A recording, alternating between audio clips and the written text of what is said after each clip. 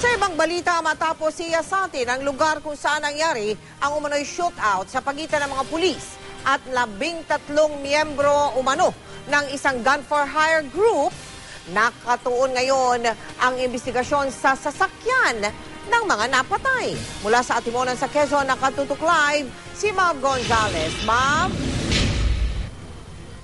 Mel, umabot na nga sa 229 entry points at 120 exit points ang nabilang na bullet holes ng Crime Lab operatives sa dalawang SUV na lulan ang 13 taong napatay sa engkwentro umano dito sa Atimunan, Quezon noong linggo ng hapon.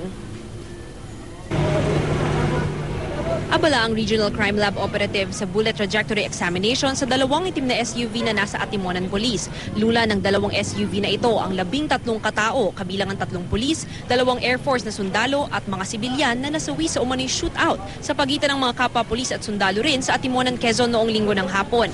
Sa paunang investigasyon, lumalabas na bago ang dalawang sasakyan. Ang unang sasakyan na may PNPA commemorative plate sa inisyal na bilang ng Crime Lab may 184 entry points o yung mga balang galing sa labas na tumama sa sasakyan.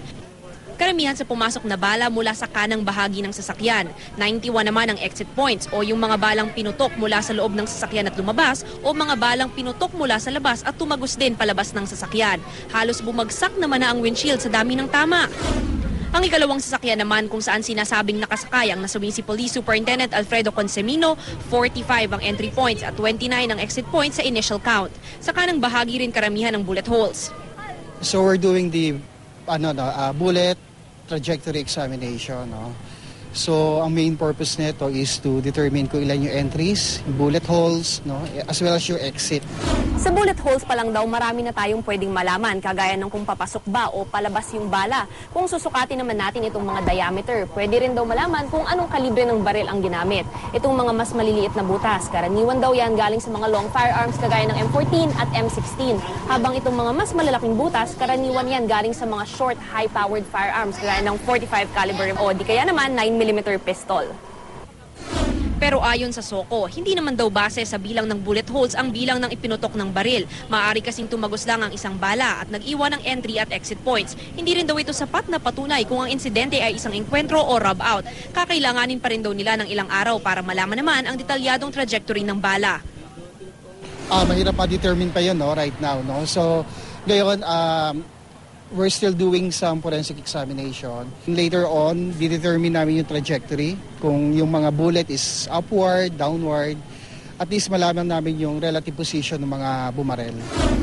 Nasa Atimonan Municipal Police Station pa rin ang ilang bag at gamit mula sa mga nasawi. Karamihan daw sa mga gamit, inuwi na ng mga kamag-anak.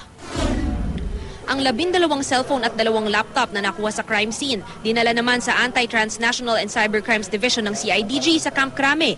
1 hanggang 2 linggo ang itatagal nito sa Crame, habang nire-retrieve ang mga mensahe at iba pang datos sa gadgets. Mel, sumailalim na rin nga sa paraffin test ang 13 taong napatay at inaasahan na matatanggap natin ang buong resulta niyan sa Makalawa. Samantala, ayon din sa SOCO, wala pa raw dinadala sa kanilang miyembro ng checkpoint team para nga dito sa paraffin test. Mel? Maraming salamat sa iyo, Mab Gonzales.